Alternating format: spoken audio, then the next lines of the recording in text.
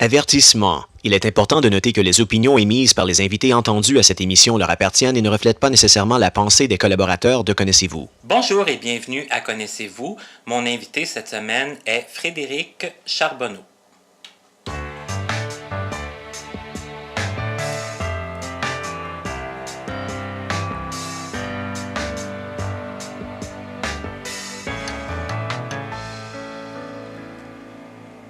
Bonne semaine à tous, bon début du mois de février même, on est déjà rendu au mois de février, ça passe extrêmement vite. Et de plus, cette semaine, mon invité, c'est quelqu'un qui n'est pas non-voyant, ça faisait un petit bout de temps que je ne vous avais pas présenté, une personne qui n'avait pas de problème de vision. Et je vous dis même une personne, mais en réalité, c'est deux personnes parce que pendant la pause de l'entrevue, je vais avoir un autre invité, je vais vous en parler plus tard, mais vous avez deux invités pour le prix d'un cette semaine. Et je vais arrêter de parler et je vais présenter l'invité d'aujourd'hui qui est Frédéric Charbonneau. Tout d'abord, bonjour Frédéric. Bonjour Martin. Frédéric, vous vous demandez sûrement c'est qui, d'où il vient, tout ça, vous allez tout savoir ça, mais je vais commencer d'emblée en disant, on va commencer un peu par la fin. Tu travailles chez Point par Point. Oui. Ben, ça fait pas longtemps, tu es le dernier arrivé, on peut dire ça comme ça. Et tu vas nous expliquer un peu ton parcours, mais tout d'abord, comme on le fait avec tous les invités qui sont voyants ou non-voyants, j'aimerais ça que tu nous dises un peu, bon, premièrement, est-ce que tu es à l'aise de nous dire quel âge que tu as? Oui, j'ai 27 ans. Tu es né en 90, donc ça veut dire? Oui, c'est ça, fin 90. Je l'ai calculé d'avance parce que je suis très mauvais en calcul. Puis je sais que ta fête, ça fait pas longtemps, c'est au mois de novembre. Et bon, et tu es né où, toi, Frédéric? Moi, je suis né à Longueuil. Ah, OK. Oui. Pas loin d'ici, finalement. Oui, c'est ça. Je suis revenu à mes racines. J'ai habité à Longueuil, à Saint-Hubert, puis je suis revenu à Longueuil il y a 2 ans. OK, tu t'es jamais trop éloigné. Non, c'est ça. OK, donc tu es allé à l'école dans le coin. Est-ce que tu es né d'une famille nombreuse, toi? Est-ce que tu... Moi, je suis le premier enfant de 3. OK. Oui, je suis le plus vieux des 3. Donc, tu as quoi, un autre frère, une autre sœur? J'ai une sœur avec qui j'ai 3 ans de différence, puis OK. j'ai un plus jeune frère, on a 7 ans de différence. Oh, quand même, OK. Ça fait peut-être un peu moins de connexion là, quand vous étiez jeune, parce que vous aviez quand même une bonne différence d'âge. Oui, c'est ça. Pendant plus jeune, disons qu'on connectait un peu moins. Là. J'étais adolescent, il était jeune. Quand je suis devenu adulte, lui, il tombait dans l'adolescence. Puis, Jamais les mêmes amis, jamais vraiment les mêmes intérêts. non, c'est ça. Uh-huh. Là, maintenant que vous êtes un peu plus vieux, ça paraît moins, j'imagine. Oui, c'est ça, on rattrape l'écart. Là. OK. Puis toi, est-ce que tu te souviens un peu quel genre d'enfant tu étais? Est-ce que tu étais sage, très animé, très... J'étais assez sage. J'aimais beaucoup la lecture, en fait. J'étais souvent dans mon coin en train de lire là, des livres ou des bandes dessinées à l'école puis à la maison. À l'école pendant les cours? Pas pendant l'enfance. OK. Plus tard, oui. OK. Et toi, à quel moment tu as commencé à prendre conscience là, de ce que tu aurais envie de faire plus tard? Est-ce que tu veux nous parler de ça un peu? Oui, ben en fait, c'est ça. Moi, depuis que j'étais jeune, je lisais beaucoup. Puis, quand j'ai eu 15 ans, j'ai décidé que je voulais essayer d'écrire un livre. OK. Donc, quand j'ai décidé ça, j'ai on en parlera plus tard, j'ai travaillé un livre. Puis, par la suite, j'ai décidé que j'avais tellement aimé l'expérience que je voulais travailler en édition. OK. Et ça, dès que tu étais jeune, tu avais déjà cette envie-là. Oui, c'est ça. C'est venu d'une passion, en fait. Ça découlait naturellement de ma passion. OK. Mais ça s'est pas fait comme ça, puis ça s'est pas fait tout de suite, j'imagine. Puis, à l'école, toi, qu'est-ce que... Bon, le français, j'imagine que c'était une de tes matières fortes. Oui, je pourrais dire que oui. C'est- C'était dans celle que j'avais le plus de facilité. Puis moi, je sais pas si c'était pareil dans ton temps, mais moi, je sais que dans mon temps, bon, c'est une quinzaine d'années avant. Tu sais, il y avait beaucoup de personnes à l'adolescence qui n'aimaient pas ça lire vraiment. Lire un livre, ça leur faisait peur, tout ça. Toi, forcément, c'était pas ton cas, là. Non, je lisais pour les lectures scolaires, puis des lectures personnelles, j'en lisais plus que plus que ce qui était demandé Par d'un intérêt, adolescent là. commun. Parce que ça t'intéressait, puis parce que c'était vraiment une passion pour toi. Oui, c'est ça. Le sport, tout ça, moins un peu? Ou quand Moi, même? j'en ai fait un petit peu. J'ai joué au hockey cosum, j'ai fait du badminton un petit peu aussi, mais c'est sûr que mon temps libre, c'était plus au niveau de la lecture. OK. Et là, bon, tu dis, tu as écrit un livre à 15 ans? Oui, quand j'avais 15 ans, j'ai commencé à travailler mon premier livre, oui. Comment c'est venu un peu ton idée de livre? Est-ce que tu avais déjà comme une petite routine d'écriture à ce moment-là? Comment que ça... Non, au début, j'avais vraiment aucun guide, si on veut. Je venais de lire un livre qui s'appelait Ce monde de ténèbres de Frank Peretti. OK. Ça m'avait beaucoup inspiré. Euh, je m'étais inspiré de son concept, en fait, pour faire une histoire complètement différente. Puis, au début, j'écrivais vraiment ce qui me venait en tête. J'ai fait. Ça donnait près de 200 pages. Quand même. Oui, ça a été le premier, mais je l'ai réécrit deux fois. En fait, après l'avoir écrit une première fois, je l'ai réécrit deux fois complètement.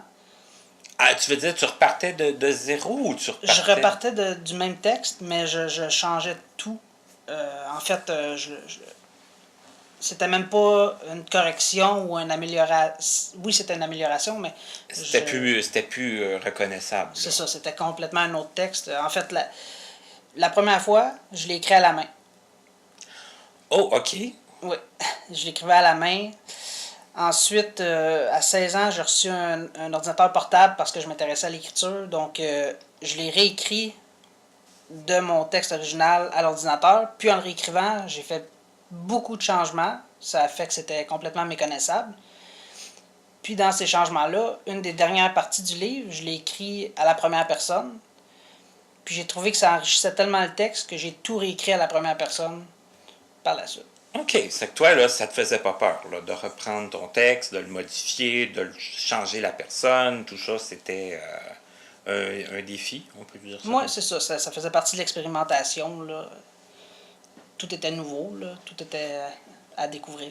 OK. C'est que ton premier ordinateur, toi, ça a été pour écrire. Ça n'a pas été pour faire de l'Internet, faire des jeux vidéo, tout ça, ça a été vraiment... Oui, il y avait un peu de jeux, d'Internet, tout ça, mais le but, c'était vraiment pour l'écriture, puis je peux dire que ça a servi beaucoup pour ça. OK.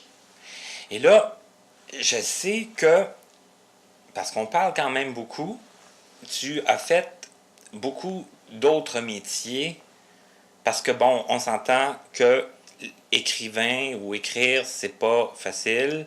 On ne vit pas de ça facilement. Et il faut vivre aussi. C'est que tu as fait quand même beaucoup d'autres métiers. Oui, en fait, j'ai travaillé... Mais attends, juste, Oui. là, ça, c'est mon erreur. Au niveau des études, est-ce que tu es allé loin en études? Est-ce que tu as fait... Quand même, en fait, j'ai terminé mes études préuniversitaires au cégep en littérature, en arts et lettres, dans le profil lettres. Puis mon but... À quel cégep? À Édouard-Montpetit, à Longueuil. OK. Ouais. Puis mon but était toujours d'aller en édition, mais j'ai découvert que euh, le chemin n'était pas si évident que ça, même en allant à l'université en littérature. Oh, OK, mais on aurait pu penser que c'était le chemin à suivre pour ça, non? C'est ce que j'avais pensé. C'est là qu'on m'avait orienté quand j'étais au secondaire. Mais par la suite, j'ai découvert que en étudiant en littérature, c'était surtout pour devenir professeur. Pour enseigner. Oui, puis en tant que tel, pour être éditeur, fallait généralement passer par la correction. Puis pour être correcteur, c'était pas en lien avec l'université. OK, c'était en lien avec quoi? Est-ce que tu le sais? C'était de s'inscrire au... je ne sais plus comment ça s'appelle. C'est une organisation là, un registre de correcteurs. Puis après ça allait vraiment à contrat selon les performances, puis les relations un peu. Mais c'était pas en lien avec une formation Non, c'est ça. Il demandait un test pour être sûr que pour tu étais prouver là, capable de... le niveau de français, mais Uh-huh. c'est ça. En tant que tel, c'était pas en lien avec l'université. Mais bon, tu as finalisé ton cours quand même en arts et lettres, puis ça, ben finalement, ça t'a pas servi pour ce que tu pensais. Est-ce que ça t'a servi pour autre chose ou pas vraiment? Un petit peu. En fait, ça a été beaucoup de culture personnelle. Je me suis amélioré dans mon écriture en faisant ce cours-là. J'ai découvert beaucoup de choses, surtout dans les exercices pratiques. Puis, une fois que j'ai terminé ça, puis que j'ai décidé de ne pas aller à l'université, j'ai décidé d'essayer ma deuxième passion, en fait, qui était en informatique. OK. Puis là, en informatique, t'avais-tu une idée précise ou pas vraiment? C'était plus l'informatique en général? Moi, j'allais en général, mais l'idée, c'est que, entre-temps, j'ai publié un livre, finalement. OK. Puis, j'ai vu l'infographiste, j'ai travaillé avec l'infographiste qui a fait ma couverture. OK. Puis, j'ai décidé que j'aimerais ça faire ça moi aussi. Je savais écrire, j'étais capable de faire un peu de correction, même si je n'étais pas certain que j'étais au niveau pour la liste des correcteurs. Puis, j'ai décidé que si je pouvais pas aller en édition par la voie de correction, je pouvais peut-être essayer d'y aller par la voie de l'informatique. Donc, c'est ça. Je me suis lancé au cégep dans une technique dans le but de faire ça. Puis au cégep, c'était beaucoup plus de la programmation que du design en tant que tel. OK. C'est qu'encore là, ça n'a pas vraiment répondu à ce que tu t'attendais. C'est ça. Parce que là, c'est ça, la couverture, c'était tout l'aspect, le dessin, tout l'aspect visuel du livre. Oui, c'est ça. OK. Est-ce que ça inclut aussi les dessins à l'intérieur ou ça, c'est autre chose? Ça aussi, mais en fait, le but était de pouvoir monter un livre de A à Z moi-même. OK, OK. Puis, c'est ça. Ce cours-là au cégep ne m'amenait pas vers ça. Ensuite, j'ai pris une pause à l'école, puis je me suis réorienté pour un DEP en infographie, qui OK. était vraiment au niveau du graphisme. OK. Puis ça, disons que j'étais encore là un peu à part. Tout le monde voulait faire plus des sites internet, des choses comme ça, de la création. Puis moi, ce que je voulais, c'était vraiment le côté plus technique, un peu, là, monter un livre, faire la mise en page, le montage, tout ça. C'est qu'encore là, ça correspondait pas vraiment. Tu n'as pas été chercher nécessairement ce que tu voulais aller chercher. Ben, en fait, je suis allé chercher ce qui me manquait, Mm-hmm. mais j'ai été chercher aussi beaucoup de choses dont je me sers pas. Mais au final, j'ai réussi à apprendre. OK, tu as réussi quand même à aller... Oui, c'est ça. Je suis allé chercher les informations que j'avais besoin. C'est juste que j'ai eu beaucoup de matière superflue. C'était si on peut beaucoup, dire. c'était à travers beaucoup d'autres choses qui te servaient pas. C'est ça. OK. Et là, bon, je te demandais ça tantôt, tu as fait quand même d'autres travails parce que, bon, c'est ça, faut vivre, puis faut travailler, comme on dit. Je sais que c'est bête dit comme ça, là, mais... Puis moi, ça m'a impressionné parce que je sais que tu as travaillé quand même dans beaucoup d'endroits. Ça a été quoi tes endroits, j'allais dire marquants? Là, je sais pas si on peut aller jusque-là.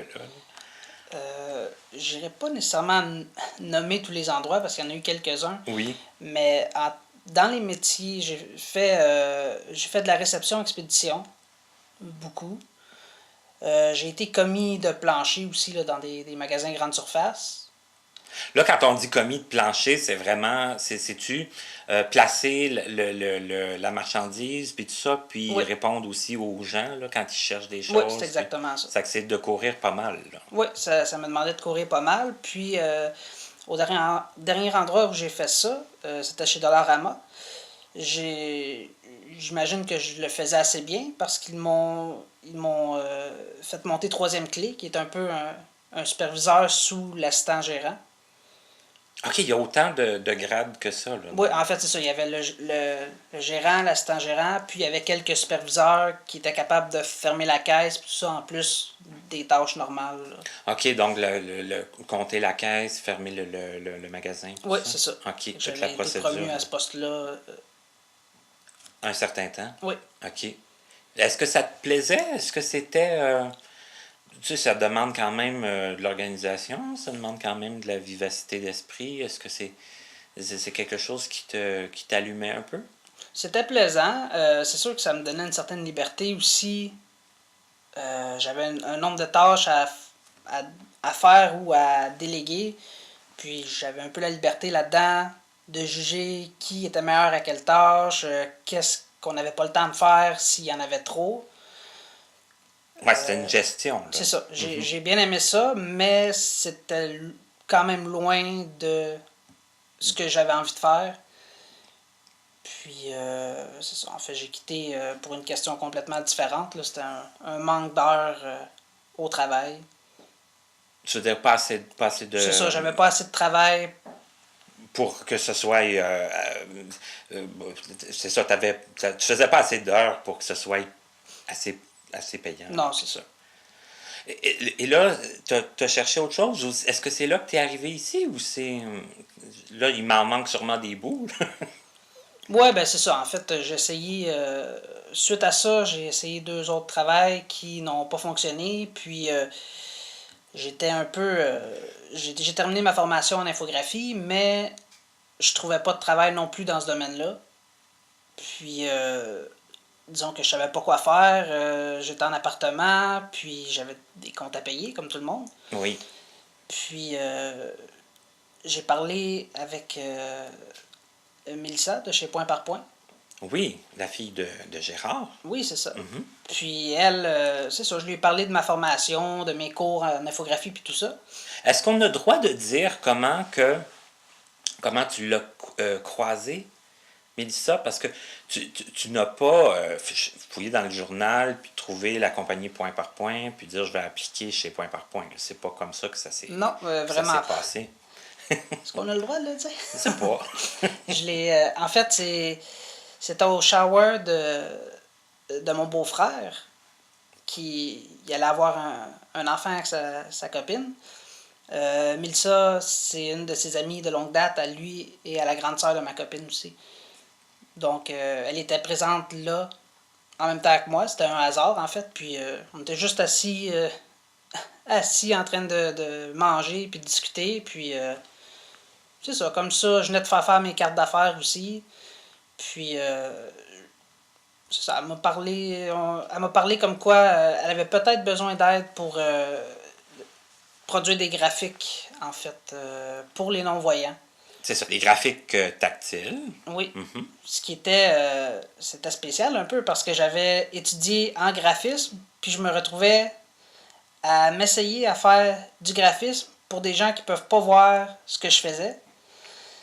C'est un peu particulier. C'est sûrement pas quelque chose auquel tu avais pensé. Non, j'ai jamais pensé que je ferais ça.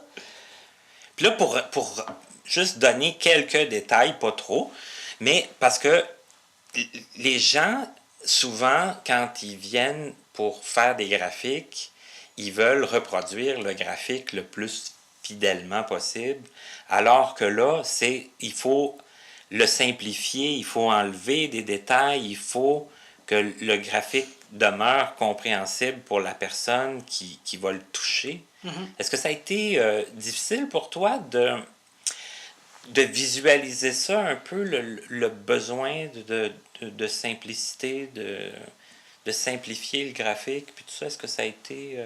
Ben, en fait, c'est un apprentissage continu. À tous les jours, j'apprends encore des nouvelles techniques, des nouveaux trucs qui m'aident dans mon travail. Il y a une anecdote justement par rapport à ça, à simplifier. On m'a dit, t'es pas obligé de mettre toutes les lignes, tu mets les lignes principales pour arriver au point directement. Puis une fois, j'ai reçu un commentaire comme quoi il y avait une ligne de trop dans mon graphique. Il y avait une courbe qui ne devait pas être là. Ah, pas du tout être là. Non, OK. puis je suis allé vérifier. Puis c'était que sur le scan qu'on avait reçu, il y avait un cheveu sur la... J'avais reproduit le cheveu comme une ligne. Le scan avait comme scanné le cheveu, ça que ça avait fait une ligne. Puis je pensais que c'était une ligne qui faisait partie du graphique. OK. Mais autrement, parce que t'avais-tu participé, toi? Peut-être que je me mélange, là, j'en vois tellement passer, mais ou si tu n'as pas participé, tu peux l'expliquer un peu, mais on a eu des cerveaux à faire, puis tout ça, puis c'était vraiment, fallait le simplifier absolument, là, parce que sinon ça aurait été comme juste une série de lignes, puis de courbes, puis de bosses, puis de tout ça. Oui, je dois avouer que j'en ai eu quelques-uns à faire, puis le premier que j'ai fait, je faisais beaucoup de détails dans le cerveau. Puis un de mes collègues m'a dit, t'as pas besoin de faire ça, ils savent que c'est un cerveau, c'est décrit dans le texte. Fais le contour, puis les zones importantes. Fait que j'ai enlevé à peu près 90% des lignes pour faire quelque chose de compréhensible. Moi, j'essayais de reproduire l'image, mais finalement, c'était d'aider à la compréhension que je devais faire. Pour simplifier l'explication, pour ceux qui auraient peut-être un peu de misère à saisir, là, c'est que si on fait ne serait-ce qu'on fait un bonhomme, là, on va faire, notons, c'est une petite fille avec une robe, on ne fera pas tous les détails de la robe. On va montrer qu'elle est en robe, puis c'est tout. Là, on ne fera pas plus de lignes qu'il en faut pour mélanger la personne, puis que la personne, à chaque ligne qu'elle touche, elle va se demander ce que c'est, puis c'est pas important au final. C'est ça. Puis toi, en plus, Frédéric, c'est que tu les vois, tes graphiques, une fois imprimés, ou tu les gonfles quand c'est des graphiques en Swell Touch. Est-ce que toi, tu trouves ça impressionnant? Est-ce que tu dis, est-ce que tu te questionnes une fois le graphique fini? Ou... Des fois, je me questionne si c'est assez clair ce que j'ai produit. C'est sûr que mes collègues m'aident tout le temps, ils révisent ce que je fais, vu que je suis relativement nouveau. Ils regardent, ils me pointent des endroits à améliorer, des petites corrections, tout ça. Mais en général, ce que je ressors de ça souvent, c'est qu'après avoir fait mes graphiques, je suis fier d'avoir réussi à simplifier la matière puis avoir pu justement le faire, de mettre à contribution mes connaissances. Pour aider des personnes non-voyantes. Là. Oui. OK. Donc, forcément, on peut dire quand même que de faire ce genre de travail-là, c'est quand même plus en lien avec tes formations. Oui, absolument. Puis, j'ai fait beaucoup de formations. Un autre truc est que j'aime beaucoup apprendre.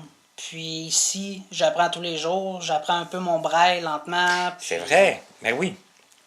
Puis je dois dire que tu es très bon parce que c'est rare que tu viens me demander, mettons, telle étiquette, ça va sur tel livre. Tu as comme pris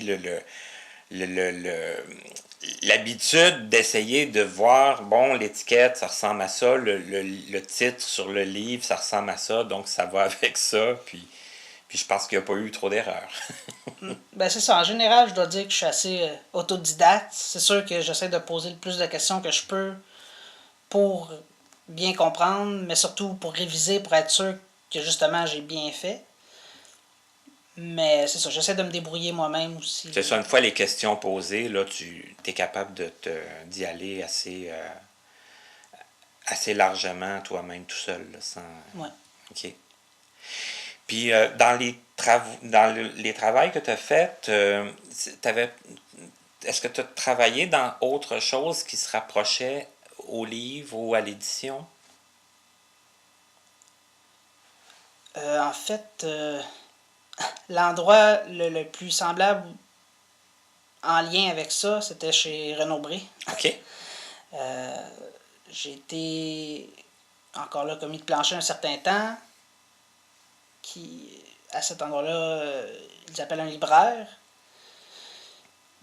Puis j'ai été aussi à l'expédition un certain temps. OK. Et là, ça, quand tu es libraire, ça veut dire qu'encore là, les gens peuvent venir te questionner puis te demander des auteurs, des livres. Ça demande une grande connaissance de ce qui sort des... Oui, ça demande une grande connaissance, surtout des grands titres, là, des grandes sorties. Puis c'est un peu là où ça a moins fonctionné avec moi. C'est que je lis pour le plaisir. C'est rare que je vais lire tous les romans.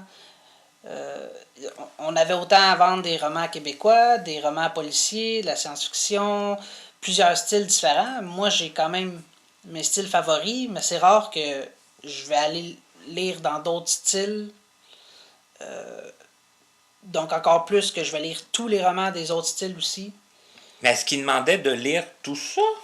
Non, ils ne demandaient pas de le lire, mais souvent, on avait des questions des clients. OK. Puis, à un moment, ça devenait embêtant, autant pour les patrons que pour moi, de ne pas pouvoir répondre, de tout le temps pointer vers un autre collègue. Chacun avait ses spécialités, mais tout le monde connaissait un peu de tout. Puis, Donc, on peut-tu dire que toi, c'est parce que tu t'aimais mieux te concentrer sur les styles que tu aimais, puis ce que tu n'aimais pas, c'était moins comme intéressant de t'y intéresser. C'est ça, je sais pense que que... c'est drôlement dit, là, mais... Non, je comprends, mais c'est ça. Je pense que j'aime la littérature pour mon plaisir personnel, comme un divertissement, puis pas nécessairement au point de tout lire juste. Juste pour dire, je l'ai lu, puis je sais de quoi que... Si un client me le demande, je vais le savoir. C'est ça. J'aime ça avoir le choix de ce que je lis, puis l'apprécier à mon rythme, à mon aise. Là. On va faire la pause, Frédéric, puis après la pause, on va parler... Parce que là, toi, tu en as un d'écrit en ce moment, un livre, là, puis qui est publié même, Oui. que tu as publié... En tout cas, tu vas nous l'expliquer, comment ça s'est passé, le processus, puis tout ça. Et parce que c'est ça, tu as déjà un livre d'écrit, donc un livre que tu peux nous parler un peu après la pause. Et nous, pendant la pause, je vous ai dit au début qu'on allait avoir un invité. Donc, par le truchement de la technologie, on va parler une vingtaine de minutes avec...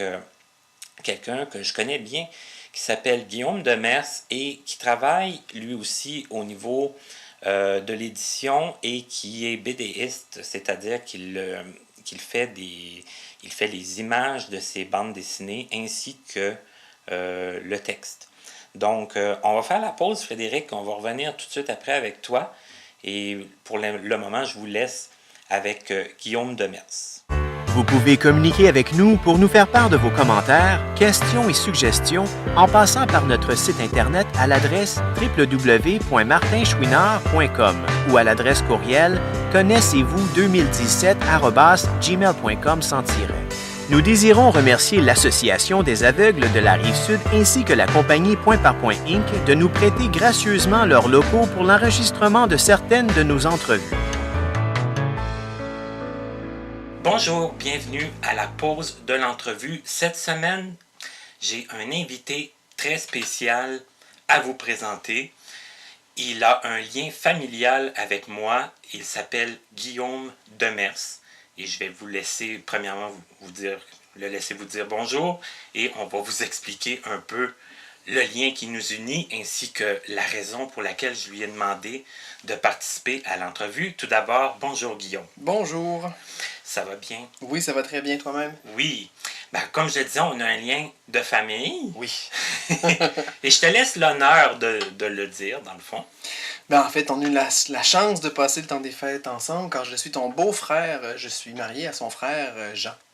Et oui, parce que souvent, quand j'ai dit aux gens que j'ai 3 frères, les gens n'auront pas toujours tendance à penser que j'ai un beau-frère. Non, ça vient pas d'emblée. Mais j'ai la chance d'avoir un beau-frère. qui est très gentil, puis qui a accepté en plus de nous parler un peu de son vécu parce qu'il a un lien un peu avec l'invité d'aujourd'hui. On parlait d'édition et de livres, et bon, Guillaume a un lien. Tout d'abord, Guillaume, tu n'es pas très vieux. J'aimerais ça que tu nous dises, si tu veux bien, en quelle année tu es né, si tu veux un peu par rapport à ton âge. Je suis né en 1985. Je vais vous laisser faire les calculs. Et tu es né où, exactement? Je suis né, je pense que je suis né dans un hôpital de Québec, mais mes parents habitaient à Laurier-Station à l'époque. Et ça, Laurier Station, je suis pas mal sûr qu'il y en a qui savent pas c'est où. Est-ce que tu peux nous le...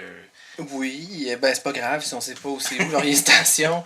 Laurier-Station, c'est sur la rive sud. C'est environ à 30 minutes de Québec, pas trop loin du fleuve, vers l'ouest. OK. Donc, toi, tu es né... Ben, dans le fond, tu es retourné vivre là après ta naissance à Québec. Mhm. Tes parents sont toujours dans ce coin-là? Oui, plus ou moins. Ils vivent à 30 minutes de là, dans un petit village qui s'appelle Leclerville. OK. Puis là, aussi un autre détail que j'oubliais, parce que bon, ça fait beaucoup de choses à penser, mais parce que je sais qu'on va me poser la question, mais Guillaume n'a pas de problème de vision. Mon frère non plus, d'ailleurs. Non, non. Et voilà. Donc, ceci étant réglé, parce que là, bon, je vais te demander, bon, tu es allé à l'école, comme tous les enfants et tout, Mhm. et quand est venu le temps un peu de savoir qu'est-ce qu'on allait faire dans la vie, quelle matière qui t'attirait et qu'est-ce que tu avais le goût de faire plus tard? Ben, j'étais attiré par tout ce qui avait un aspect créatif. J'aimais le français, j'aimais les arts. Partout, je pouvais inventer des histoires, finalement, j'y trouvais mon compte. Les matières qui me plaisaient moins étant les mathématiques, bien sûr.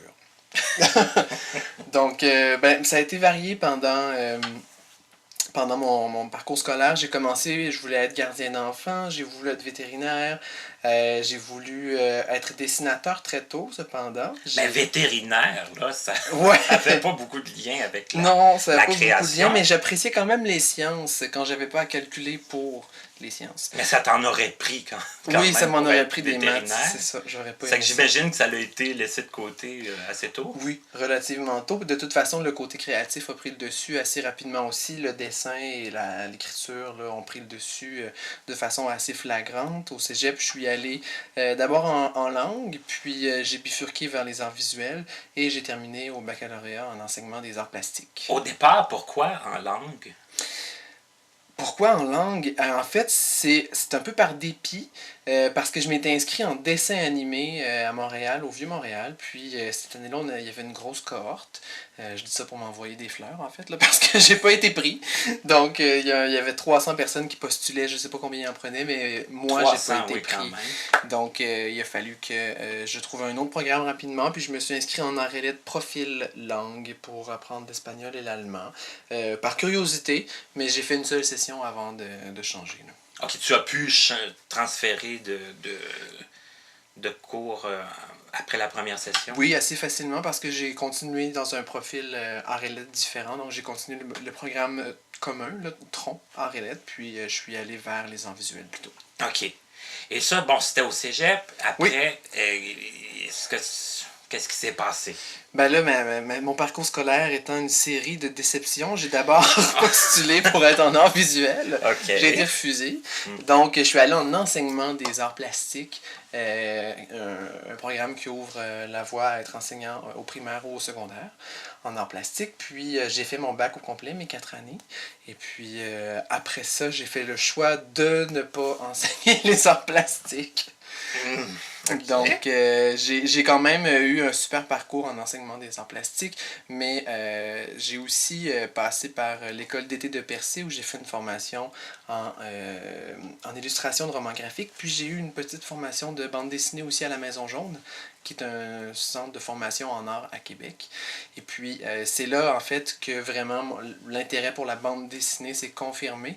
Et puis, en sortant de mon bac, il y avait une série de bandes dessinées de Québec qui s'appelle Bulle, qui cherchait un illustrateur, et j'ai sauté sur l'offre, et puis ça a fonctionné.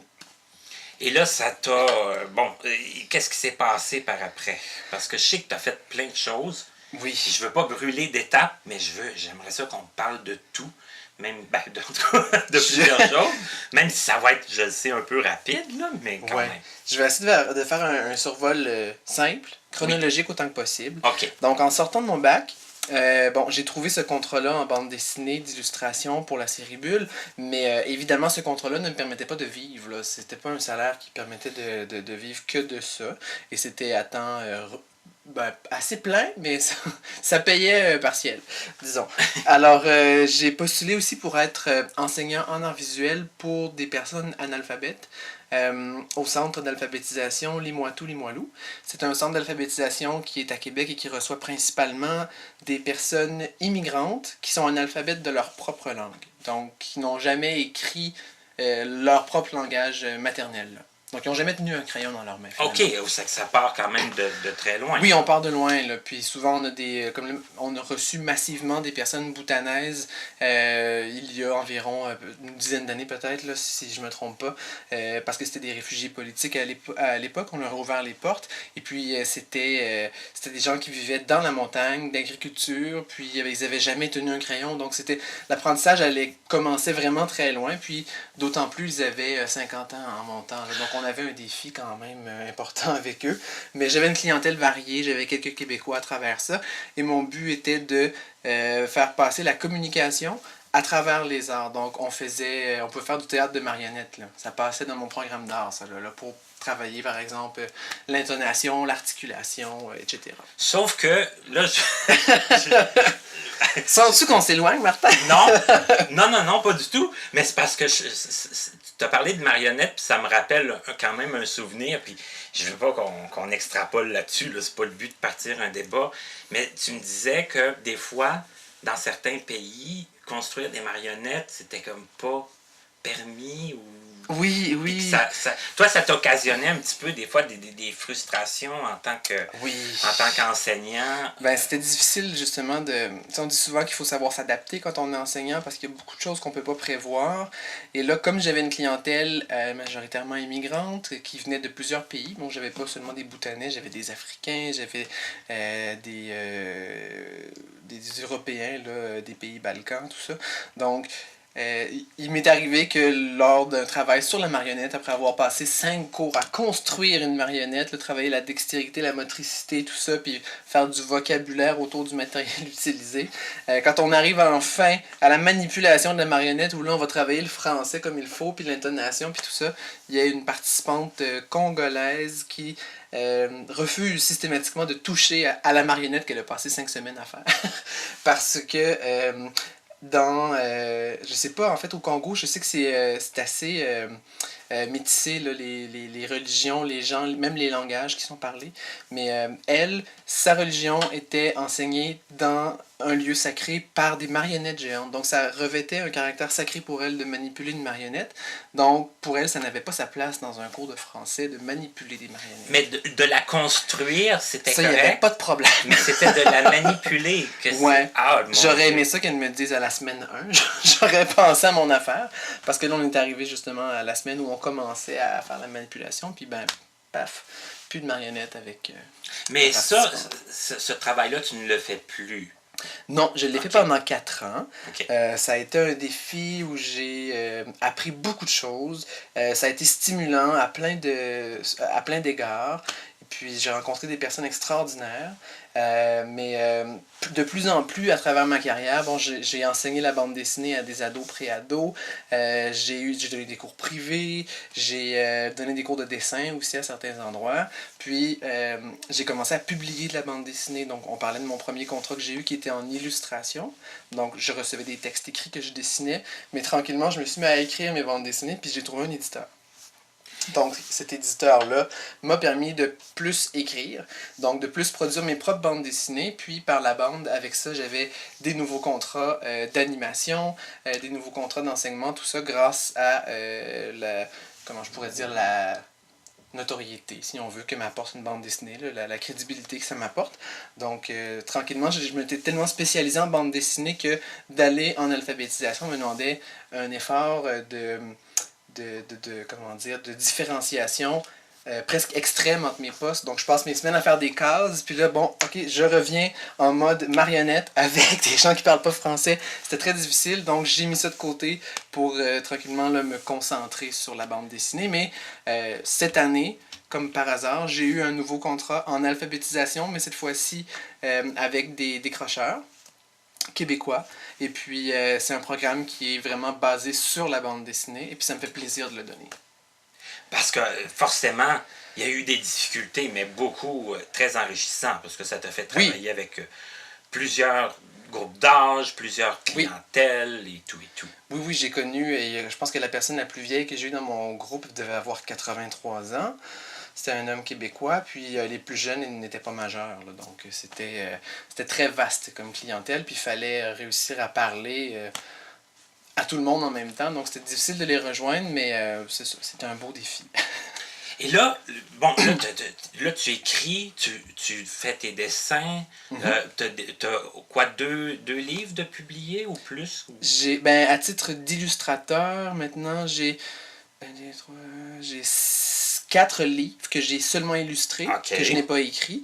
Donc, qu'un auteur m'a confié la tâche de l'illustration. Et j'ai 2 livres que j'ai écrits et dessinés. Donc, pour un total de 6 livres, mais j'en ai seulement 2 que c'est moi qui ai écrit et dessiné. Mais tu as 6 livres, dans le fond, que ton nom est écrit forcément. C'est ça. OK. C'est ça, exactement. Pour être dans le secret des dieux, là, il y a un livre que mon nom n'est même pas dessus, j'ai mis un pseudonyme. Ah oui! Bon, mais ça reste entre nous.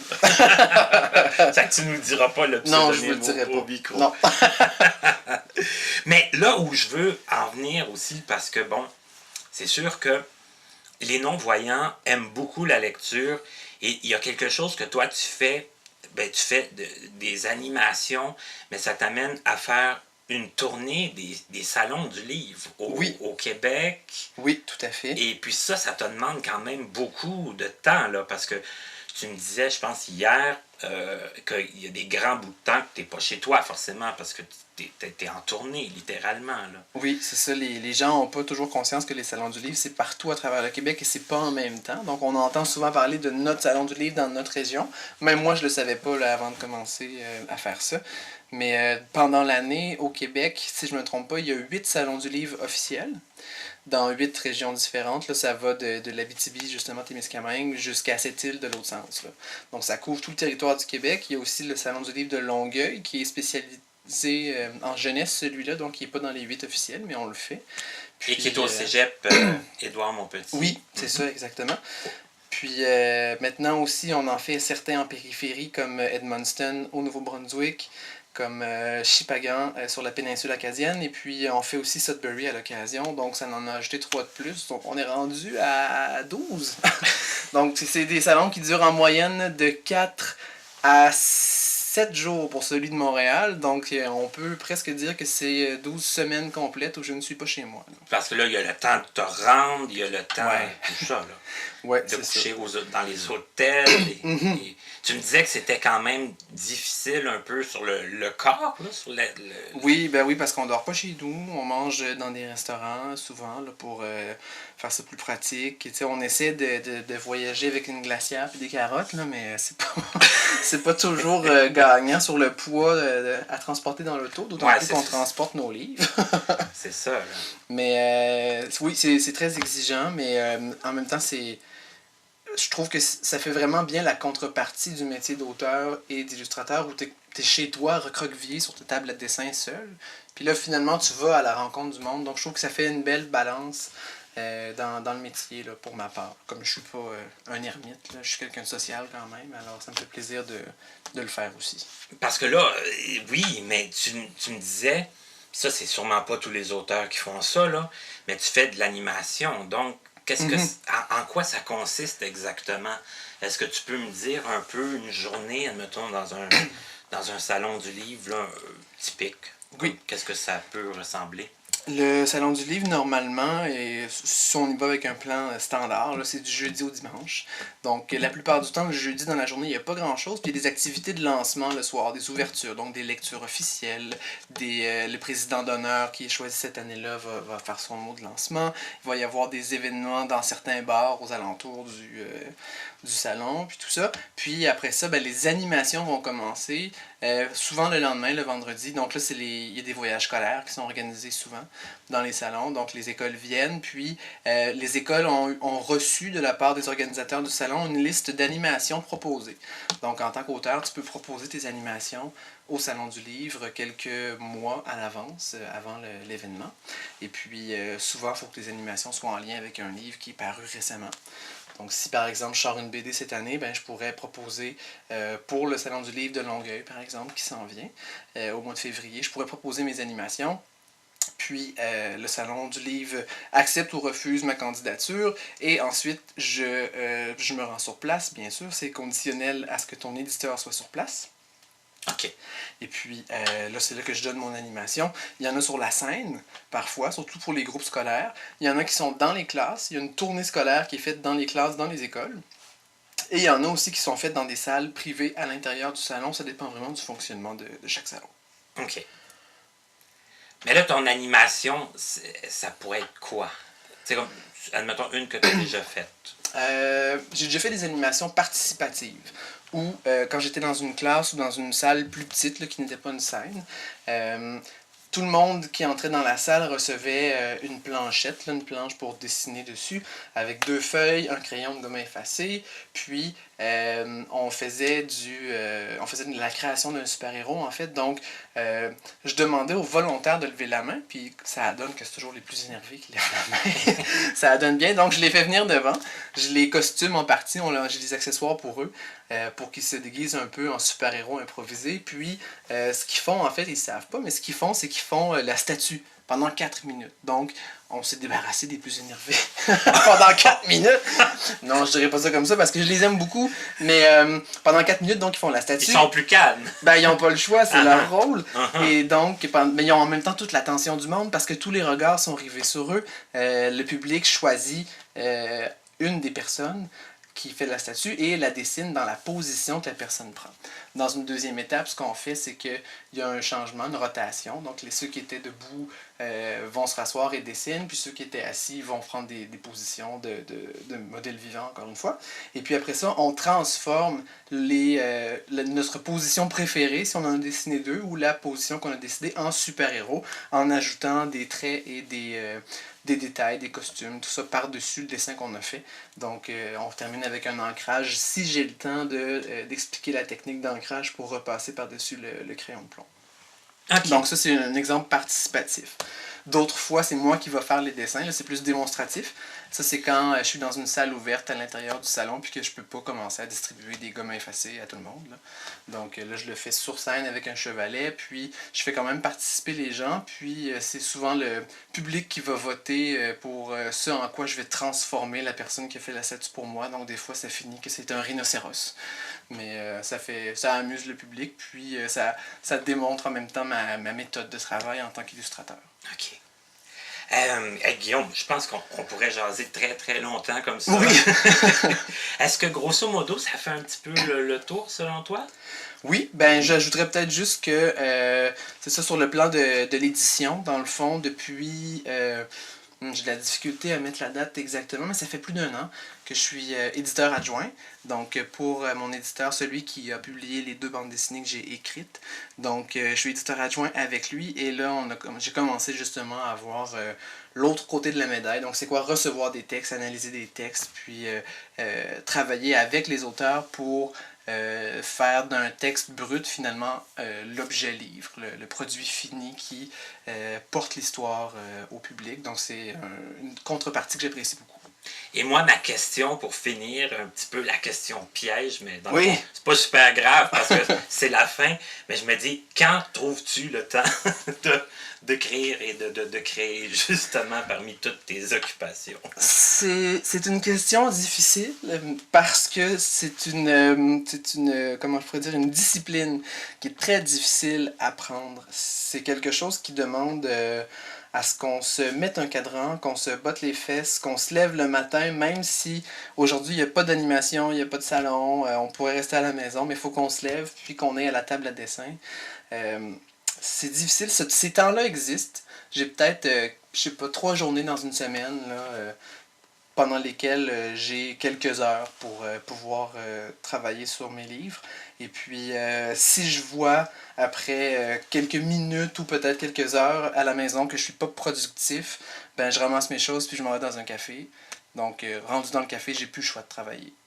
Parce que j'ai juste ça à faire, j'ai juste mes choses que j'ai apportées. Donc, ça me force. Moins de distractions. Exactement. Okay. Tu sais, quand la brassée de lavage devient plus tentante que le dessin, c'est un signe qu'il faut bouger.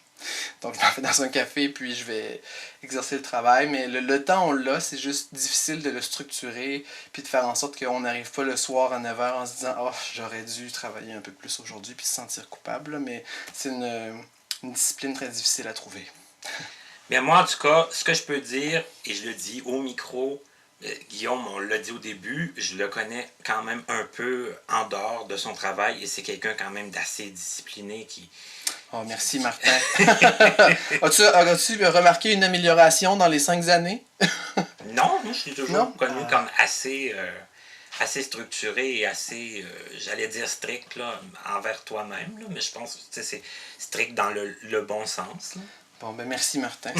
J'en ai bien besoin parce que sinon j'arriverais pas à faire ces livres. Voilà.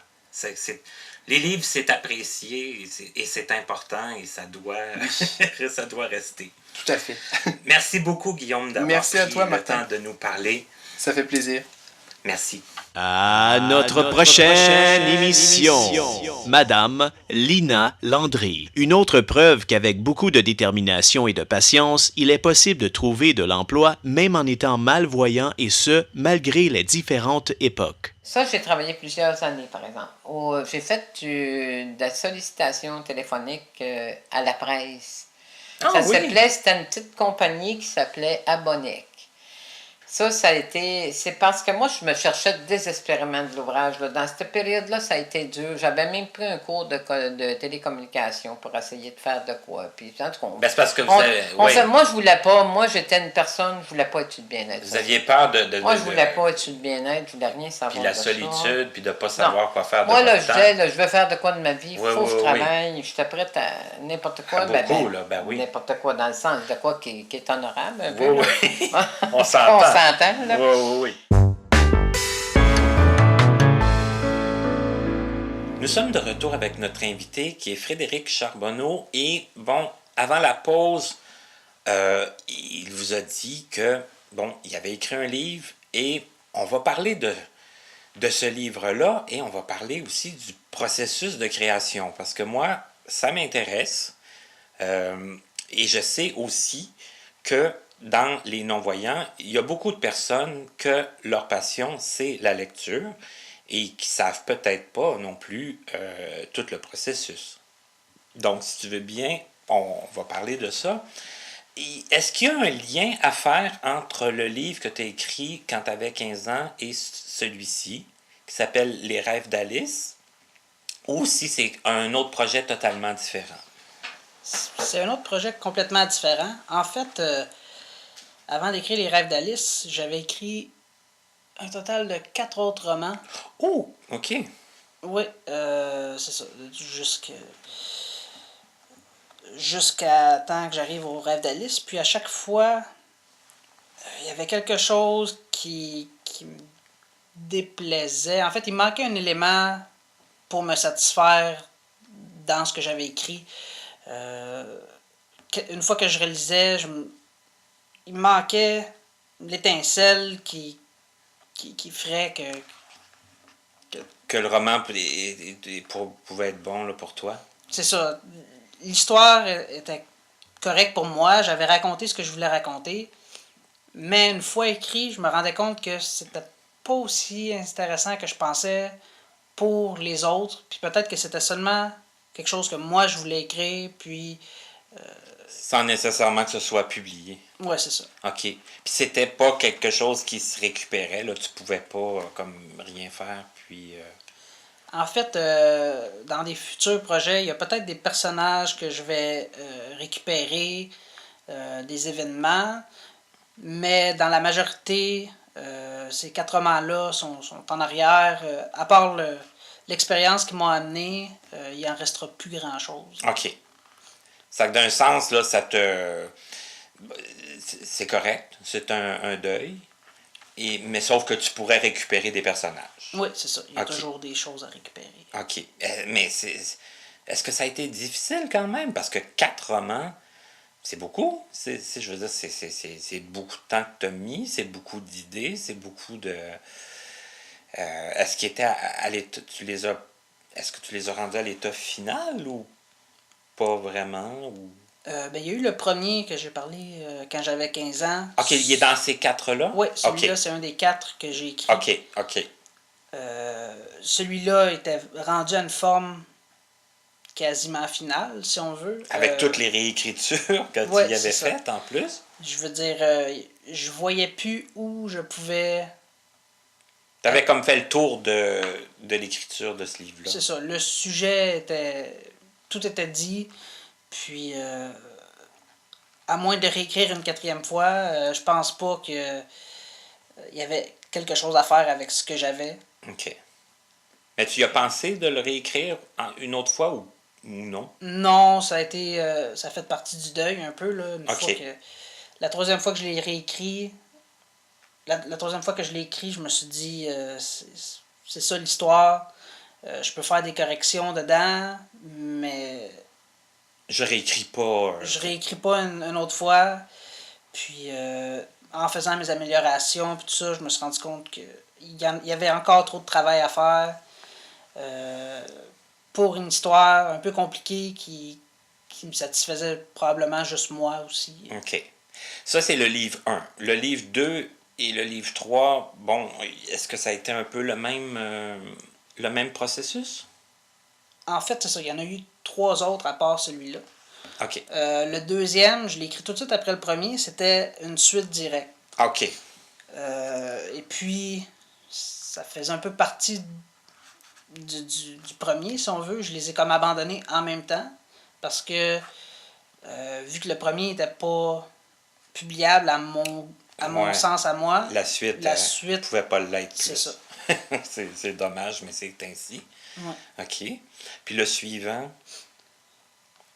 Le suivant, en fait, il n'est pas publié en ce moment. C'est seulement que le travail n'a pas encore été fait dessus. En fait, j'ai écrit, c'est ça, le 3e et le 4e. C'était pas des. Chacun était un projet indépendant dans ce cas-là. OK, c'est pas une suite, là. Non, c'est OK. ça. Puis j'étais dans l'écriture de ces deux-là. J'étais rendu à les retravailler puis tout ça. T'écrivais les deux en même temps ou t'as écrit les deux J'ai écrit les deux un après l'autre, là. C'était pas. avec très peu de temps entre les deux? Oui, c'est ça. OK. J'avais. À ce moment-là, je faisais pas vraiment de pause entre mon écriture. Je faisais pas tout le temps des plans très détaillés. OK. Est-ce que tu penses que tu penses que le plan est plus nécessaire ou Je dirais quasiment nécessaire, ou en tout cas, ça aide énormément. Dans les projets que j'ai, j'utilise beaucoup de temps pour faire le plan. On parle beaucoup de temps. Ça fait peut-être 1 an, si c'est pas plus, que je réfléchis à l'enchaînement des événements, des autres livres que je veux faire, puis que j'ai pas écrit une ligne parce que je veux que ça soit au point avant de m'y mettre. il est dans ta tête, là? C'est Il ça. est en t'es en Dans train ma de le tête, placer. oui, il est dans ma tête, il y a des notes un petit peu, mais il n'y a rien de concret d'écrit encore. OK. L'histoire n'est pas terminée dans ma tête, si on veut.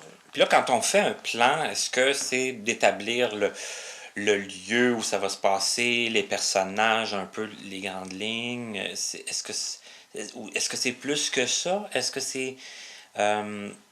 tu as déjà comme une bonne partie de l'idée de l'histoire ou des fois ça peut venir en écrivant aussi? Ça vient beaucoup en écrivant. Je dois dire, souvent, comment moi je fonctionne, c'est que j'ai des idées d'événements. J'ai quelques événements majeurs que je veux raconter. Je vais meubler un peu le temps entre ces événements-là. Puis des fois, par les événements que je rajoute pour meubler, il va se passer des choses que je m'attends pas du tout. Comme justement dans un des premiers que j'ai écrit, il y a un personnage qui devait se rendre à un point, puis il y a eu des situations, en fait c'est un roman un peu d'aventure, donc il combattait puis tout ça. Puis en plein milieu du combat, je me rendais compte que c'était beaucoup trop tiré par les cheveux qui survivent à ça. Fait que le personnage est juste mort à ce moment-là. Oh! Puis tous les points après ont été complètement modifiés. Dans le fond, ça c'est des moments où C'était pas prévu du tout au c'était départ. pas prévu au départ. Mais en écrivant, il y a comme une certaine cohérence qui tenait plus. Puis... C'est ça. Rendu à cette étape-là, c'était soit je retire toute la scène qui mène à ce point-là, ou soit je change le reste. Puis, c'était dans mes premières expériences. Je me suis laissé guider par l'histoire, en fait. Là. Quand j'arrivais à un point, ben, j'y allais. J'essayais d'aller vers où je voulais, mais s'il devait se passer quelque chose, je le laissais arriver. Puis, OK. OK, c'est que tu te laissais vraiment guider par... c'est pas comme toi le maître total de la chose. C'est ça. OK. Mais c'est intéressant quand même parce que on peut pas... On pense pas ça toujours d'un auteur, là. Mais c'est une liberté, j'imagine, que tu t'es donnée. Oui, c'est sûr. Puis là, c'est ça. En ce moment, j'essaie plus de contenir mes idées, de vraiment être le maître de ce que j'écris. Pour le cas les rêves d'Alice, en fait. Oui, parce que, parlons-en, parce que c'est celui-là qui est quand même publié. Oui, c'est ça. Celui-là, ça a été dans le même parcours que les premiers, en fait. OK. J'avais pas de plan d'établi. Ce qui s'est passé, en fait, c'est que il y a un soir, je me suis couché comme à tous les soirs, puis j'ai rêvé à la première scène du livre. J'étais à la place du personnage, puis je voyais tout ça. Puis je me suis réveillé vraiment ému. Puis je me suis dit, il faut que je note ça quelque part. Puis je me suis assis à mon ordinateur, puis j'ai réécrit la scène. Puis à partir de là, je voulais pas arrêter, je voulais écrire une suite à cette scène-là, je voulais mettre ça en contexte. Puis de ça est découlé un roman qui... Je savais pas où j'allais avec ça. Au départ, j'avais une scène initiale, et puis c'était tout. Qui partait d'un rêve, là. Oui. OK. Ça fait que c'est même pas... c'est une idée inconsciente qui t'est venue. C'est ça. Carrément. Oui. OK. Puis j'avais aucune structure à ça. J'ai commencé à réfléchir à la structure pendant que je l'écrivais. Je me suis dit, je veux séparer le roman. Il va y avoir 3 phases de rêve dans l'histoire. Puis c'était les grandes lignes, en fait. Je voulais 3 actes, si on veut. C'est que tu avais comme ces 3 actes-là, mais autour, là, tu savais pas encore exactement qu'est-ce qui se passerait. Non, c'est ça. OK. Et ça remonte à quand, ce rêve-là? Est-ce que tu t'en souviens? C'est en quelle année? Comme ça s'est échelonné sur combien de temps, la partie écriture, là, tout remettre les scènes en contexte, ça a pris combien de temps? Je devais avoir 19 ans. OK, quand même. Il me semble que j'avais 19 ans parce que une fois que j'ai commencé à l'écrire, ça m'a pris 2 semaines pour un premier jet là, complet. OK. Je l'ai écrit, je faisais vraiment que ça. Je me levais le matin assez tôt, je me couchais à 10h le soir, puis j'avais bougé de mon ordinateur environ 2 fois pour aller aux toilettes. Tout ce que je faisais, c'était d'écrire. Puis... Ça fait 2 semaines là, d'écriture très intensif. Oui, Ça t'a mené à un premier jet. oui. OK. Puis après ça, c'était une histoire, enfin, que j'étais satisfait, comparé aux autres que j'avais fait avant. OK. Là, tu as ressenti la satisfaction. Oui, pour celui-là, celui-ci. il y avait quelque chose à faire avec ce livre-là, à mon avis. OK. J'avais atteint quelque chose que j'avais pas réussi avec les autres. Puis, je me suis dit que je voulais que d'autres gens le lisent, mais pas...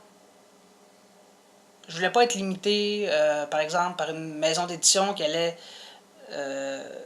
amener leurs propres restrictions. Puis tout te faire tout ça. changer, puis en tout cas te faire changer peut-être des choses que tu n'avais pas le goût de changer. C'est ça. Le livre, oui, il y avait des modifications à faire, beaucoup de travail, mais je voulais les faire selon mes termes à moi.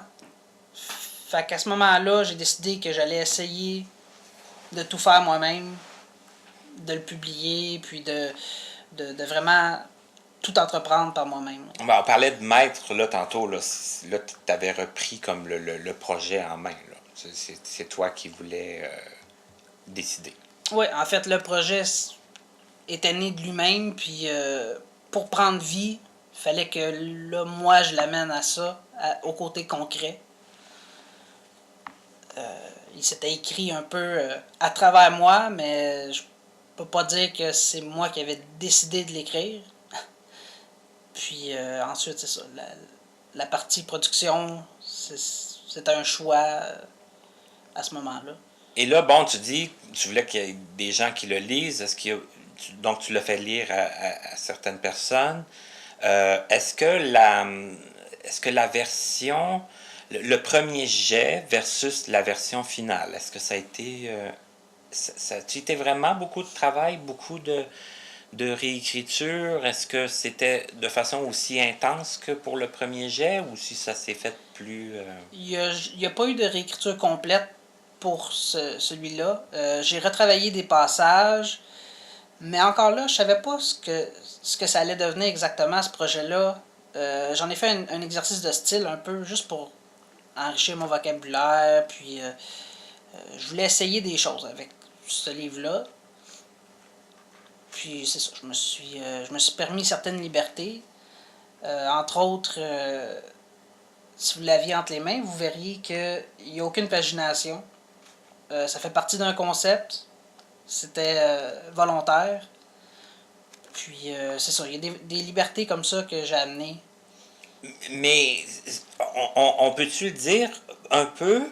Parce que bon, le fait de ne pas avoir de pagination, c'était pas juste une fantaisie. Là. Je veux dire, ça a quand même un lien avec le roman, là, avec la trame de fond, si on veut. Oui, en fait, le roman, comme j'ai dit, c'est un peu en trois sections.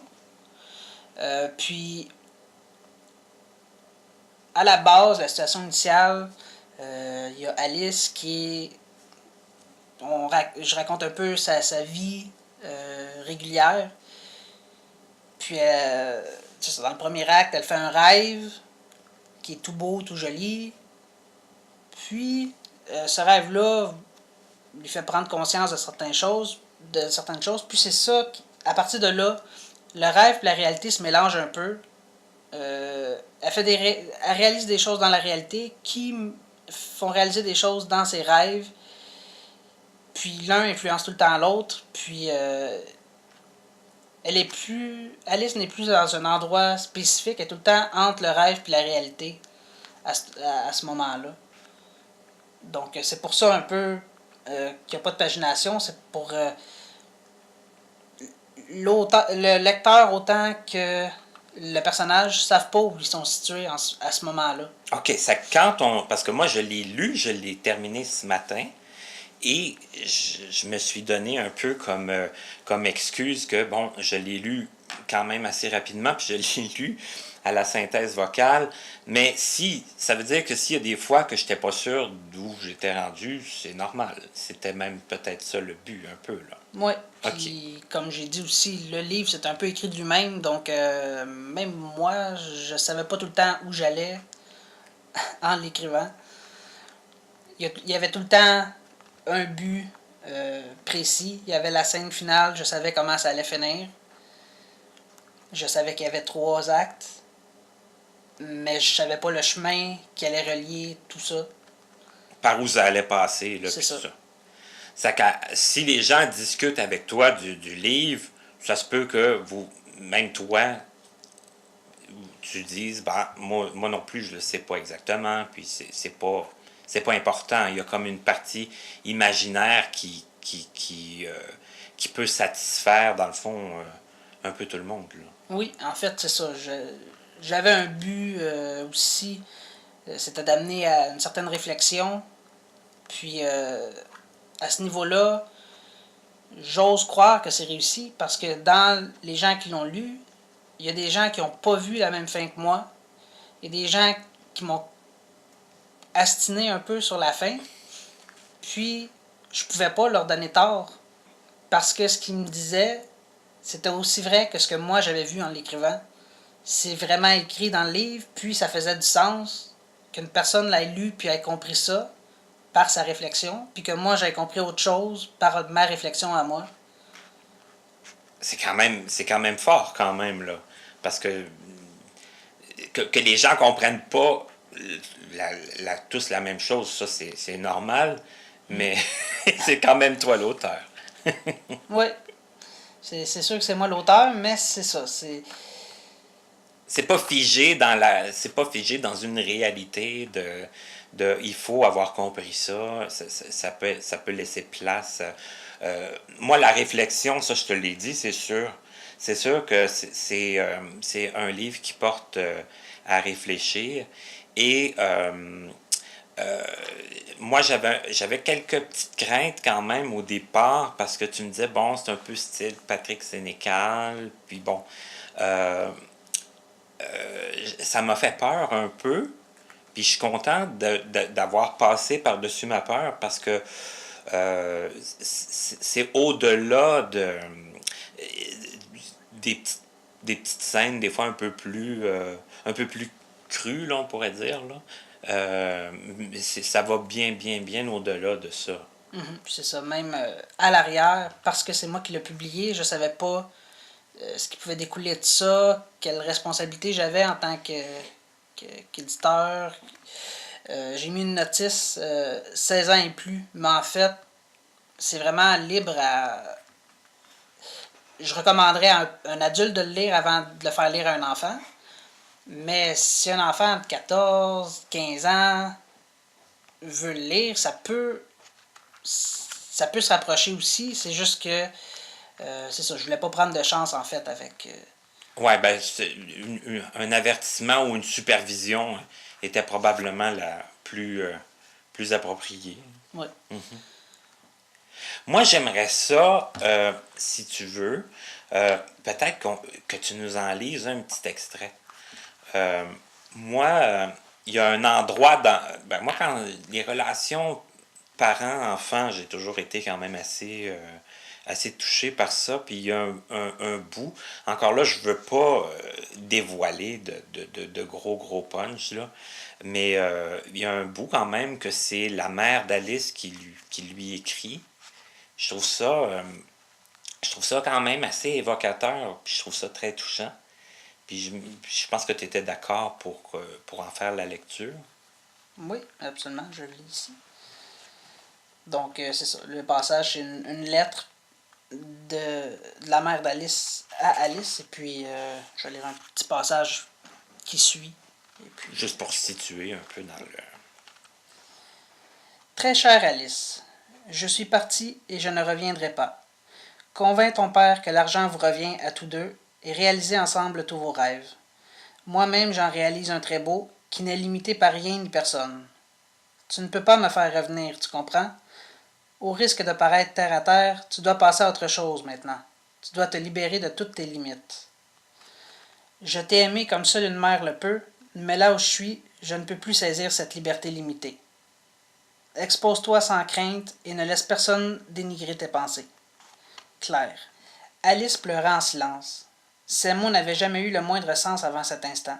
Elle les avait immédiatement effacés de son esprit, préférant ne plus y repenser. Elle avait refusé de ternir le souvenir de Claire en la limitant à cette dernière missive. Pourtant, elle représentait ce que sa mère avait toujours été. Libre de ses rêves et de ses pensées, libre de son avenir, sans regret pour le passé. Utopique et folle. Ça donne...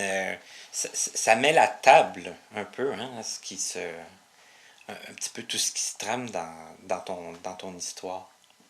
Oui, c'est vraiment au centre du conflit un peu, là. Mm-hmm. Puis il y a des choses qui s'expliquent mal, d'un sens comme la mère qui écrit à sa fille, je pars, tu peux pas me faire revenir. Puis il y a beaucoup de... Dans le livre, encore là, sans brûler de punch, il y a beaucoup de... On sent que Alice a souvent beaucoup de poids sur les épaules. Mm-hmm. Oui, c'est ça. Elle a beaucoup de responsabilités, beaucoup de... En fait, c'est ça. Sa mère est morte au début de l'histoire. L'histoire commence, puis sa mère est morte. Puis, c'est ça. C'est lourd à porter, tout ça. Puis les conséquences de ce décès-là sont lourdes aussi. Puis, c'est ça. Ça a un impact sur le reste de la poursuite de son existence. Oui, c'est ça.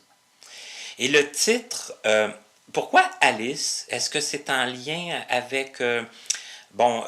parce que, encore là, tu disais tantôt, le premier rêve, il est tout beau, on pourrait qualifier quasiment de Walt Disney. Est-ce que c'est un lien avec Alice au Pays des Merveilles? Je sais qu'il y a Patrick Sénécal aussi qui a écrit un livre qui s'appelle Alice. Est-ce que c'est... Pourquoi Alice? Oui, ben en fait, c'est une histoire que j'ai aimée, Alice au Pays des Merveilles, que Disney avait repris, en fait, qu'ils ont fait en film. Mm-hmm. Puis, j'ai aussi vraiment adoré la version de Patrick Sénécal qui changeait complètement ce que c'était. Puis, un peu, si on veut, en hommage à l'histoire originale, puis à la reprise de Patrick Sénécal, j'ai voulu faire ma version à moi. Donc, ça se situe entre les deux. OK, ça a vraiment un lien avec les deux. C'est ça. C'est pas tout à fait tout beau, tout joyeux comme la version Disney. Puis ça va pas... Pas aussi catastrophique que... aussi... c'est pas aussi sombre que la version de Patrick Sénécal. OK.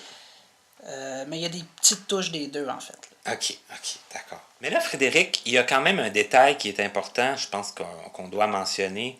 C'est au niveau de la publication, de la distribution de ton livre, parce que tu as dit tantôt que tu voulais tout faire toi-même et tout, mais comment ça s'est passé? Comment ça s'est fait l'aspect publication, distribution, tout ça?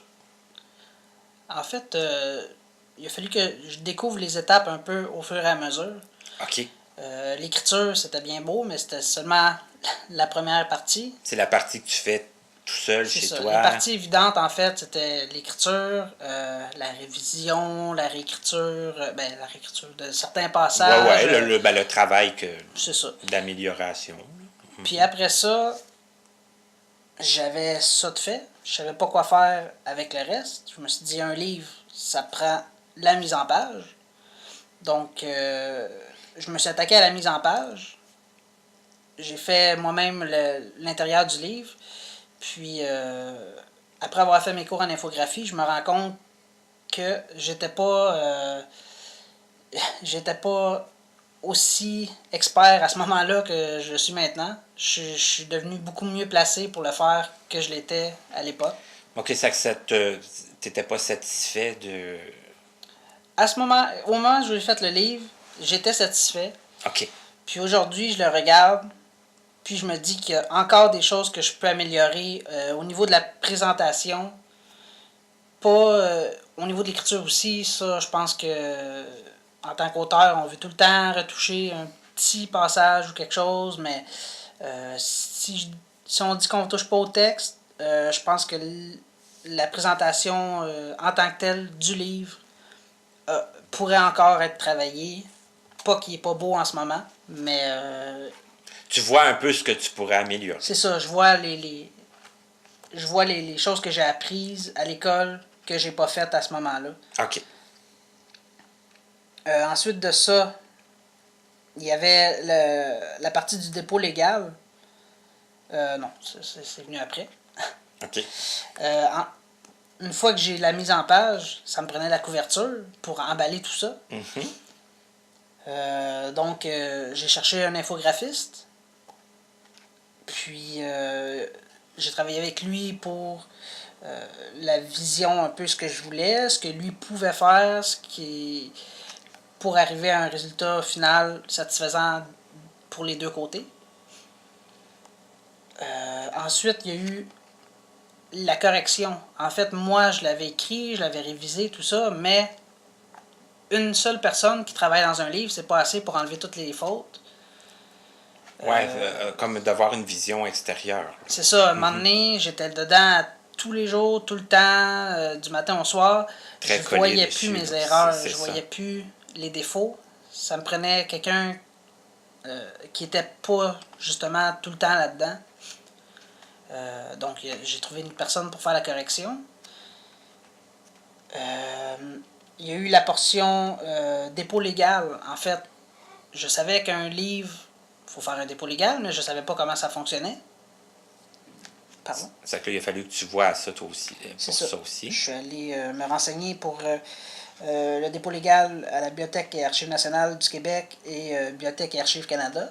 OK. Il y a eu le code ISBN du livre, que ça non plus, je savais pas comment avoir ça. En fait, je suis allé sur Internet, j'ai suivi le processus, j'ai fait une commande de numéro ISBN, puis eux, ils t'en envoient 10 au moment où ils t'en envoient. OK. C'est par paquet de 10. Donc, en ce moment, j'ai attribué un de mes codes ISBN à mon livre. J'en ai encore quelques-uns en réserve pour les prochains livres. À ce moment-là, quand on fait le dépôt légal, on inscrit le nom du livre et puis le numéro ISBN qui correspond. Puis, eux, ils relient ça ensemble. En ce moment, mon code ISBN, il est réservé, mais il n'est pas relié à rien. OK. Les autres numéros ISBN que j'ai. OK, en attente, là. C'est ça. OK. Et puis, l'avant-dernière étape, c'était l'impression pour le livre. Une fois que tout est fait, que tout est beau, qu'on est prêt, faut imprimer. Ça, encore là, je ne savais pas trop comment m'y prendre. J'ai pris des livres imprimés au Québec, justement des livres de Patrick Sénécal, puis d'autres livres que j'avais dans ma bibliothèque. Je regardais, je comparais où c'était imprimé. J'ai pris les numéros de ces endroits-là, des imprimeries. J'ai appelé à quelques places, j'ai fait faire des soumissions. Finalement, j'ai trouvé l'imprimeur qui me convenait le mieux. Donc, je suis allé avec eux. J'ai reçu mon livre à ma fête de 20 ans, en fait, une semaine plus tard. OK. J'avais enfin le résultat final. Ça m'avait pris à peu près 1 an tout faire ça. C'est sûr, je faisais pas ça en tout temps. Une fois que l'écriture a été faite, le temps était plus dilué un peu. Là. C'était pas, oui. Ça s'enchevêtre pas toujours comme on veut. Il y a des délais, il y a tout ça. C'est ça. Mhm. Mais c'est ça. La dernière étape, c'était la distribution. Et là, quand tu dis que tu l'as reçu, tu voulais dire toutes les copies? Les Oui, copies que tu avais j'ai fait fait faire à imprimer l'imprime? 250 copies OK. à la base pour voir ce que ça donnerait, si j'étais capable de passer ce volume-là. Je ne savais pas ce qui était un gros nombre de livres, ce qui était un petit nombre, tout ça. Puis il fallait que j'y aille aussi avec mon budget. Parce que là, c'est ça. Forcément, c'était tout payé de ta poche. Là. C'est ça. OK. Donc, c'est ça. J'avais 250 copies à vendre, puis je savais pas comment les distribuer. Mhm. J'ai appelé dans des magasins qui m'ont dit que je devais faire affaire avec les bureaux-chefs qui n'ont jamais retourné mes appels. Super. Ensuite, il y a eu des petites librairies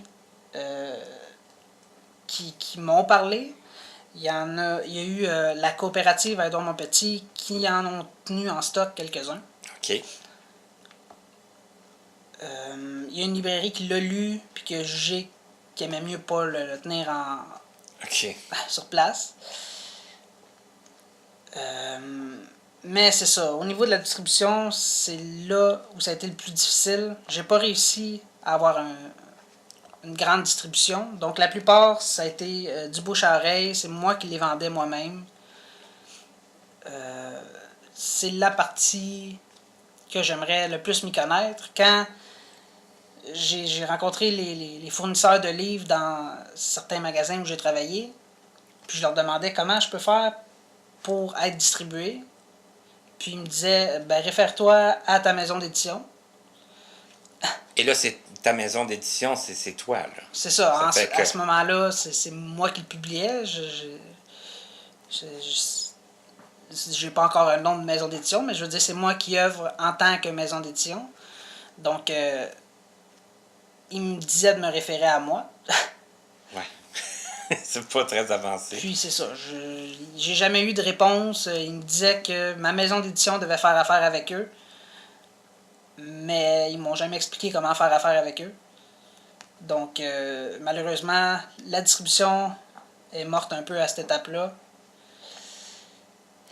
Et est-ce que tu as réussi à écouler tes 250 exemplaires? Ben, malgré tout, j'en ai vendu autour de 220. Et, quand même. Il m'en reste une trentaine là, en ce moment. OK. Mais c'est ça, j'en ai vendu quand même plusieurs. Là. Je suis assez content. Je me dis, s'il y a juste la moitié de ces gens-là qui l'ont lu, parce que je sais, il y a des gens qui l'ont acheté qui m'ont dit pour m'encourager, puis je suis très content de ça. Mais c'est le fun que les gens le lisent aussi. C'est ça. Moi, mon but, c'était de partager mon écriture, pas juste... De vendre ton livre physiquement. Là. C'est ça. OK. Donc, s'il y en a juste la moitié, moi, je suis satisfait, là, même si c'est moins que ça. Tant qu'il y a une personne qui l'a lu quelque part... Ah, mais là, je suis sûr que sur les 220 que tu as vendus, il y en a qui l'ont lu, c'est sûr. Moi, j'ai eu des commentaires, fait, je sais qu'il y en a eu quelques-uns, puis ça, c'est là que le rêve se réalise, en fait. Oui, l'écriture, la production, tout ça, c'était vraiment beau, mais de recevoir des commentaires sur ce que j'ai fait, c'est là que ça devient encore plus concret, c'est là que j'ai le goût de revivre ça, j'ai le goût de le refaire, puis c'est... En espérant toujours avoir une meilleure visibilité, puis forcément plus de commentaires. C'est ça. Je veux utiliser ce que je sais déjà, puis continuer à apprendre, puis trouver une façon de me développer encore plus, là, d'aller rejoindre des gens, puis... De tout faciliter le processus. Oui, c'est ça. En tout cas, moi, j'ai trouvé ça très intéressant et d'ailleurs, j'ai trouvé aussi très intéressant de faire l'entrevue avec toi, Frédéric. J'ai trouvé je trouve très, très enrichissant de travailler avec toi parce qu'on a souvent aussi des discussions sur notre lieu de travail. Alors, c'est un plaisir pour moi. Ben, merci, c'est un plaisir de faire l'entrevue avec toi, puis de travailler avec toi tous les jours aussi. Voilà. Alors, les gens qui sont à la maison, malheureusement, le livre de Frédéric n'est pas encore offert en médias substituts. Ça fait que je sais que c'est un peu plate de vous mettre comme l'eau à la bouche, puis que vous ne pourrez pas nécessairement aller le commander puis le télécharger immédiatement. Mais peut-être que toi, Frédéric, tu as peut-être une nouvelle à nous annoncer à ce sujet. Oui, en fait, ce que je voulais faire, c'était de faire tirer une copie physique du livre, tel qu'il est en ce moment. Donc, une copie papier. C'est ça. Et puis, j'ai parlé avec Martin, puis d'autres gens au bureau, puis on aimerait, si possible, travailler sur une version braille ou même lue. Daisy, là, un livre audio Daisy. C'est ça. Dans un avenir rapproché, là, en fait, c'est un projet qui s'en vient. Là. OK, d'accord. Donc, si je comprends bien, on fait tirer une copie papier et la version électronique ou braille pourrait suivre incessamment. Oui, c'est ça. Pour la personne qui gagnera l'exemplaire papier, vous allez pouvoir connaître l'histoire, même si vous êtes non-voyant. La version pour vous va venir pas longtemps après. Assez bientôt. C'est ça. On va tout mettre en œuvre pour que ça arrive assez vite. Voilà. D'accord. Ben, je te remercie beaucoup, Frédéric. C'est très généreux de ta part. Et on espère, en tout cas, à l'avance, lire très bientôt aussi d'autres romans de ta part. Je pense que ça peut être... c'est toujours intéressant quand on aime un livre de voir le prochain. Même si je sais que c'est beaucoup de travail, c'est beaucoup de temps, c'est beaucoup d'énergie. Je sais aussi que tu es nouveau papa, ça que peut-être un peu moins de temps aussi. Moi, effectivement, un peu moins de temps. Mais bon, je pense que quand on a des idées, on trouve quand même aussi le temps. Oui, ça, les idées que je travaille tout le temps, même si je travaille pas à les écrire, ça continue à avancer dans ma tête. Puis les projets s'en viennent. Mais c'est super. Moi, je te souhaite le mot de Cambronne. Je te souhaite un gros merde dans la réalisation de tes projets futurs. Nous, pour Connaissez-vous, bon, vous savez, Frédéric, c'est un voyant. Ce n'est pas quelqu'un qui a un problème de vision. Je vous incite à écouter les émissions avec les voyants qui ont été réalisées jusqu'à maintenant. Je sais que ce sont des émissions qui sont quand même écoutées, mais j'ai peut-être moins de commentaires sur les émissions avec voyants. Donc, ça serait intéressant pour moi et pour nous qui travaillons à trouver des invités et à réaliser des entrevues, d'avoir des commentaires tout autant que pour les personnes non-voyantes. Alors, je vous invite à nous écrire, nous faire part de vos questions, de vos commentaires. Je vous remercie les gens à la maison, et je te remercie encore une fois, Frédéric. Et je vous souhaite une bonne semaine et à la prochaine pour une autre émission de Connaissez-vous.